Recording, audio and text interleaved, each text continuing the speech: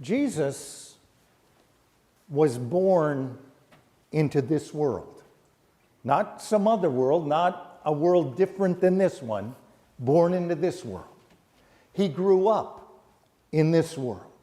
He ministered and died and rose again in this world. And he lived the experience of life in this world. Matthew's gospel tells us that not long after Jesus was born, the wise men came bringing gifts to celebrate the birth of the King of the Jews, and then they went home by another way. And Herod was so angry that perhaps another king had been born, he gave orders that all the male children from 2 years old and under were to be killed. And so the soldiers went out and killed the children in and around Jerusalem, 2 years old and younger. It's called the slaughter of the innocents. And Matthew introduces that passage by saying, I hear a voice in Ramah, loud wailing and lamentation, Rachel weeping for her children, because they are no more. That's a quote from the prophet Jeremiah. Rachel weeping for her children because they are no more. And in the midst of that weeping, God speaks. And God says, dry your tears. There is hope for your children. The Lord will bring your children home. And that's what these parables are about in Luke's gospel, about God bringing his children home, even in a world like this, because we know what kind of a world this is. Charlie Kirk was just assassinated while engaging in dialogue with college kids at a college campus in Utah. A young woman who had fled the war in Ukraine to come to America for a better life was stabbed to death on a bus on her way to work. Children on the first day of school at a Catholic school in Minneapolis, not far from where I grew up, were killed by a gunman who waited for the first day of school and waited until their parents were gone to open fire on children gathered in a chapel for prayer. That's this world. It is a world of tragedy and violence, and sometimes we feel that all is lost. And when we feel that all is lost, the word of the Lord comes to us and says, dry your tears, there is hope for your children. The Lord will bring your children home. God hasn't given up on us. As violent and broken as this world is, God is still at work, bringing God's children home to him. And that is what these parables tell us. That is what Jesus is sharing with the tax collectors and the sinners and the scribes and the Pharisees. The good news that God has sent Jesus, his Son, into the world to seek and to save the lost. In this lost world, the Son of God has come to bring us all back home to God. Luke's gospel suggests that there are two kinds of people in this world. Those who are lost, who know they're lost, and those who are lost who have no idea that they're lost. Everyone's lost in this world, Luke's gospel proclaims. We're all lost. As Isaiah says, all we like sheep have gone astray. We have all wandered in our own direction. And God has come to find us wandering in our lostness. And so Jesus tells a parable about a sheep, and when sheep get lost, they know they're lost. Nancy Rockwell is a theologian who passed away just a couple of years ago, and one of the things she wrote quite a lot about is sheep, because she said, the Bible talks a lot about sheep, but nobody knows much about sheep. We just assume things about sheep. And she said she would travel to Scotland, and if you've been to Scotland, you know that there are way more sheep in Scotland than there are people. And so she would get up in the morning at the inn where she was staying and go for a walk in the countryside and look at the hills and a beautiful countryside, and the sheep would be out on the hills grazing. And she said one morning she was on a narrow path, and there was a flock of sheep behind a fence, and one of the sheep looked at her, looked back at the flock, looked at her again, and ran and jumped over the fence and had escaped the sheepfold out of the fence and was free. And as soon as the sheep was free, it looked around and realized that something was terribly wrong, that the flock, all its friends, were on the other side of the fence, and there was this sheep looking around, realizing it was a place it probably shouldn't be. The trouble was there was a hill and there was a path, and then there was a fence, and there was nowhere for the sheep to get a running start to leap again and go back over the fence on the other side. And so Nancy Rockwell said, I could look at this little sheep and I could see on its face how scared it was. And I'd look at the flock, and they were all milling about, realizing that something wasn't right, and looking out through the fence at this sheep that was on the other side. And she thought, I'm going to look around and see if there's a shepherd around here somewhere. And she looked around. She couldn't find anyone. She called out, didn't want to shout too loud, didn't want to scare away the sheep that was there beside the path. And so she decided she was going to go and open the gate. The gate wasn't far away. And she walked over and she opened the gate. She said it was about as big as a garage door, but it swung on a hinge. And she pulled the gate open a little bit to try to coax the sheep into the gate and back into the fold. She said the sheep wasn't having it. The sheep didn't trust me. And I realized I had to open the gate wider and wider. And she said it wasn't until I opened the gate all the way and risked all those other sheep running out the sheep gate and running away and scattering on the hillside. It wasn't until that gate was open wide that that sheep had the courage to run in and join its friends again. She said that's the story of what happens with sheep when they're lost. They become very afraid because they know they're in danger. And when you know you're lost and you know you're in danger, you freeze sometimes and you don't know what to do next. And it's not until you experience a wide open invitation that you have the courage to run back in and join the flock again. Those are people who are lost who know they're lost. Then there's people who are lost who don't know they're lost. They think they're just fine. I'm good. I'm in control. I'm not lost.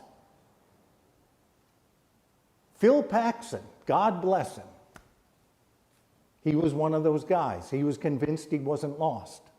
He was following his GPS, driving through the North Carolina countryside until his GPS led him off a bridge that was having work done on it, and his car ended up in a river and he drowned. Just a couple of years ago, 3 women who were on vacation in Seattle decided to spend the day sightseeing, and they were driving around the Puget Sound, having a wonderful time. Evening came, there was a little fog that rolled in.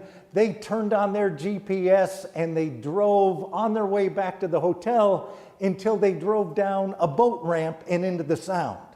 They were saved by people who were there taking care of their boats. And so these 3 women had quite a story to tell. Our GPS led us right into the ocean.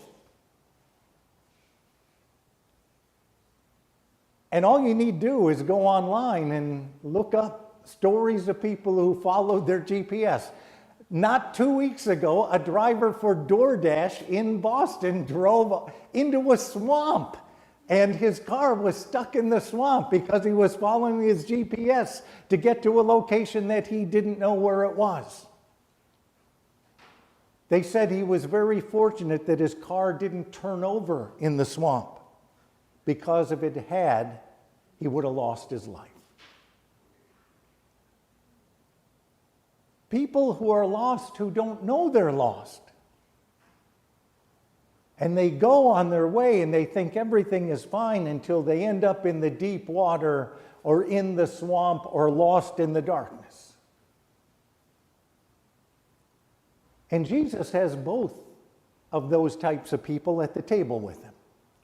The tax collectors and the sinners, they're the people who are lost who know they're lost. And the way they know they're lost is everyone tells them they're lost. They're tax collectors. You're a traitor to your people.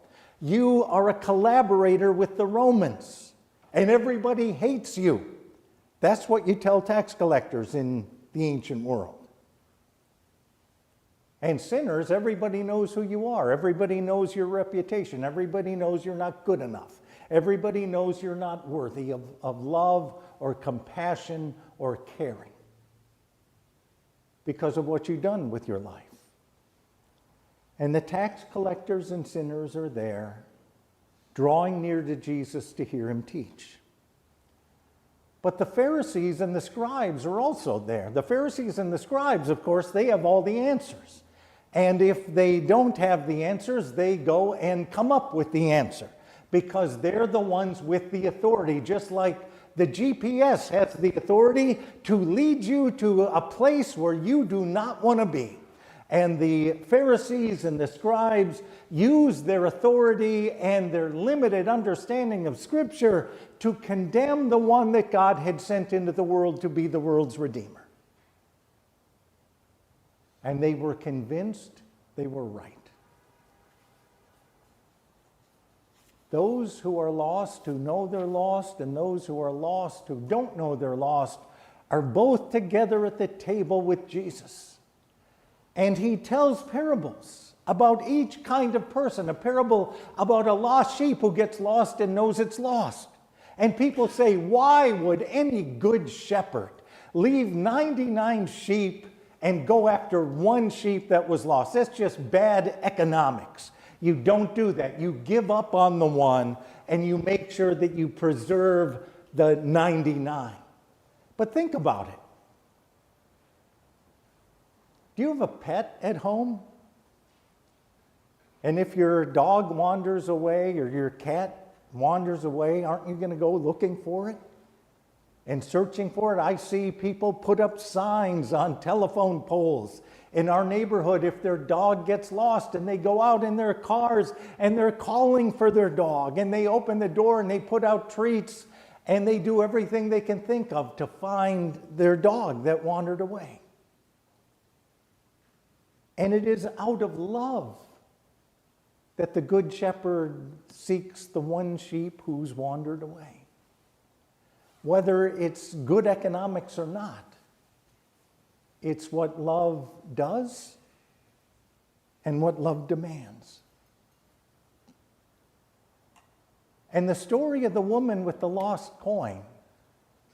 Why would someone who's lost one coin, one drachma, about a week's wages, throw a big party and celebration and spend 2 or 3 times that much money in celebration that she found this coin? Why would somebody do that? It is just bad economics. And that's what people thought for a long, long time, until they began to study the culture and traditions of the Near East related to women and family relationships and cultural connections. And oftentimes women were given 10 coins sewn into a garment by their family as a gift when they moved away from home. And you would want to keep all 10 coins together. They were a set. And it was like when the roof caves in, then you've got this. This will take care of you, and the family provides that. It's a token of connection with your family, the people who love you. And so the lost coin isn't just one coin that has the value of whatever the face value of that coin is. The coin has the value of being a gift from the family. It's part of a set, and you keep these 10 coins together, and you never lose one, because if you lose one, you've lost your sense of connection with the family and the sense of hiding for your future. And that's why you light a lamp and sweep the floor and look through the cracks in the stone floor until you find it. Because it is worth so much more than just the face value of a single coin. The thing is, the coin doesn't know it's lost. The coin is just a coin. But to the woman to whom the coin is a gift and a precious blessing, she knows what its true value is. And she goes out and looks and lights the lamp and sweeps the floor until she finds it. And the set is restored, and there is great rejoicing. There is great rejoicing. That's what this encounter with Jesus is really all about. How do you know that someone is lost? Even when they don't know it, how do you know when someone is lost? There is no joy in their life. There is no joy in their life. That is the sign that someone is lost. And when they're found, when someone is found, when the lost sheep is found and the lost coin is found, there is great rejoicing. And it is amazing that the scriptures are filled with stories of Jesus finding exactly the kind of people who are around the table with him. Finding sinners. In Luke's gospel, when Jesus encounters a sinner by the name of Peter, Simon, son of Zebedee is his name when Jesus meets him. And Jesus is teaching in Simon's boat and says, push out into the deep water and let down your nets for a catch. And they do, and they bring up more fish than Simon has ever seen. And he falls at Jesus' feet and he says, depart from me, O Lord, I am a sinner. You see, Peter knows who he is. And Jesus says, get up, follow me. From now on, you will be catching men and women with the gospel. You see, Jesus found him right then and there in his boat. And Peter had been in his boat 10,000 times. And one day he was in it and he got found. Tax collectors, Matthew. Matthew was a tax collector. He wrote one of the Gospels. He was a tax collector. He was rejected. He was hated. And Jesus said, I'm going to your house for dinner.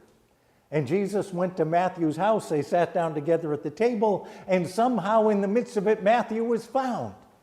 There was a Pharisee by the name of Paul who was convinced that he had all the right answers, and what he needed to do was put an end to this Jesus movement. That was the thing that God needed for Paul to do. Paul was convinced, and so he went out to arrest Christians and bring them back to trial and have them put to death. And how did that work for Paul? He got found on the Damascus road. The risen Christ appeared to him. I used to be a Pharisee, Paul said. I used to have all the answers, but I was lost, and Jesus found me. Nicodemus, they think, was a scribe. He was a Pharisee, and the Pharisees were often scribes. And the reason they think Nicodemus was a scribe was because Jesus says to him, are you the teacher of Israel? And you do not understand these things. Are you the teacher of Israel and you think you have all the answers, but you don't truly understand the ways of God? And Jesus found Nicodemus when Nicodemus came to him late at night. And Jesus said to Nicodemus, God so loved the world that he gave his only Son, that whosoever believes in him might not perish but have everlasting life. God sent his Son into the world not to condemn the world, but that the world might be saved through him. You see, Jesus finds sinners and tax collectors and Pharisees and scribes, but he finds them one at a time. Peter, Matthew, Paul, and Nicodemus. Individuals, not people hiding in a group, not people finding their identity by being a part of a group, and the group tells you who you are. Individuals, human beings created in the image of God, and we lose who we are because we get so caught up in being a part of this group and that group and another group, and it's the groups that tell us what direction to go, and God is reaching out saying, please let me find you, you're lost.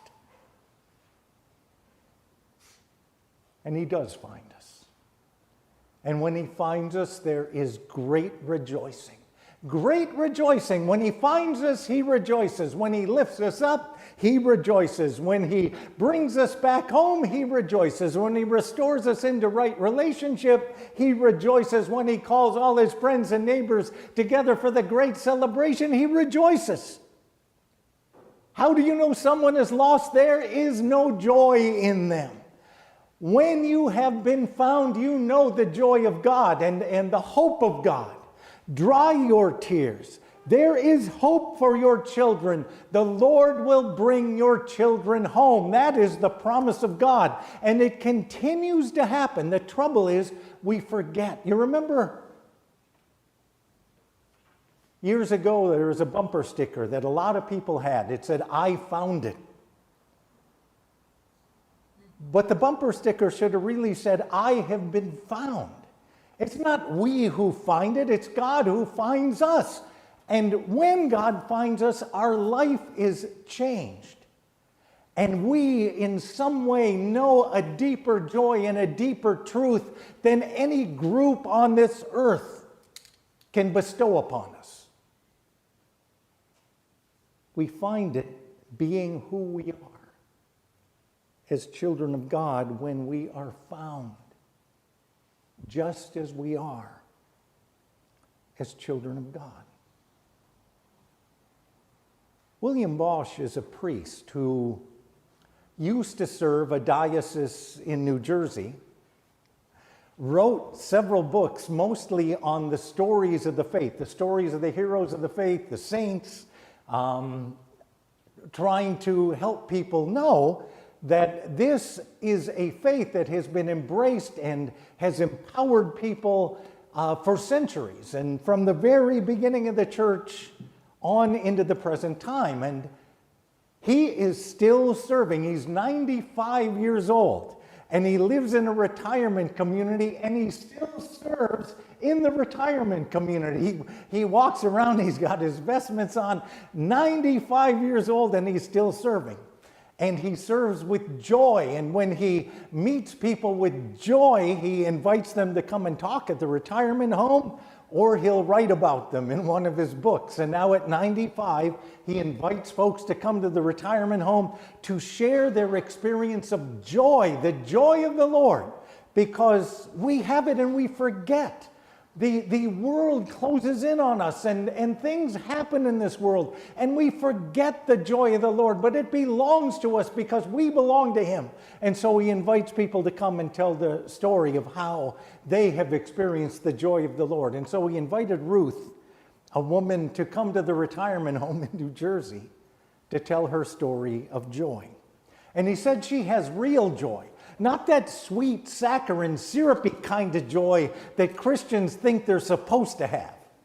She has this real joy, and it's in her. It's in her heart, and it just comes out of her. And I asked her, Ruth, where did you get this joy? And she told me her story. I said, you've got to come and tell the folks. Tell the folks, because they've probably forgotten when they were found. And so Ruth told her story. She said she grew up in a family that was a mess. She was an only child. Her dad was an attorney who drank a lot. And usually after supper, that's when things started to unravel. And he would start drinking and he and her mother would start arguing, and she would go up and go to bed and put the pillow over her head so that she could fall asleep without hearing it. She said she grew up in that environment and tried, even as a child, to bring peace into a home that was tearing itself apart. She said when she was in 6th grade was the year that her life changed. She started 6th grade. Mrs. Lake was her teacher, and Mrs. Lake, she said, was remarkable. Ruth said, Mrs. Lake would pick me first to stand up and give an oral report before the class, and I'd say, Mrs. Lake, my name begins with a B. My last name begins with a B. I shouldn't go first. There are other kids in the class whose names start with A. They should go first. And Mrs. Lake would say, no, Ruth, you're going first. And Ruth would get up. She said my knees would shake.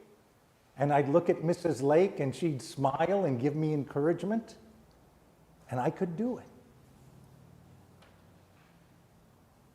She encouraged me. She spent time with me. She would put my watercolors up on the wall in the classroom, along with some of the other great paintings that other students made. She said at Christmas, her 6th grade year, she was feeling so good that she bought her father a Christmas present. She said every night before he went to bed, he'd polish his shoes. He was an attorney. He wanted to have nice, shiny, handsome shoes when he went to work. And so she bought him the most expensive shoe polish kit that she could afford with her babysitting money. He opened it up on Christmas morning, set it on the table, and sometime after Christmas dinner, something got him angry, and he picked up her gift and threw it in the trash. And that was the last she saw of it. She said it's hard to keep going when your heart hurts every day. But she kept going to school because she said, Mrs. Lake's classroom was like a sanctuary to me. And so at the end of the school year, there was a day set aside for parent-teacher conferences during the school day. And each of the students' names were written on the board, and they were each given 20 minutes for their parents to come in and for them to go out of the class, sit down, talk with Mrs. Lake about their progress through the year. And Ruth said, I was surprised that even though my last name began with a B, mine was the last name on the list. And so I tried to busy whatever work that the room mothers had given us for that day, because we were constantly interrupted with someone calling a student's name. They would get up, meet their parents at the door, and go down the hall and sit down with Mrs. Lake to talk about the work that they had done throughout the year. And that went on throughout the course of the day, until every student but Ruth had met with Mrs. Lake. And the room mother put her hand on Ruth's shoulders and said, get up, it's time for your conference. But her parents weren't there. She walked out of the room and down the hall, and Mrs. Lake greeted her there, sat her down in the chair and said, Ruth, you deserve this time, even though your parents didn't come. And I want you to know 2 things. I think you're wonderful. And it's not your fault that your parents aren't here. I know you have trouble at home, but you're a wonderful student and a wonderful learner. And you have a great future if you apply yourself and work hard and trust the truth of who you are. And so Ruth said she and Mrs. Lake sat down there and talked about the work she'd done through the year. Looked at her test scores, both on tests that she'd taken at the school and the national tests. And she learned where she ranked nationally on things like English and reading and math, and she was amazed that she had done so well.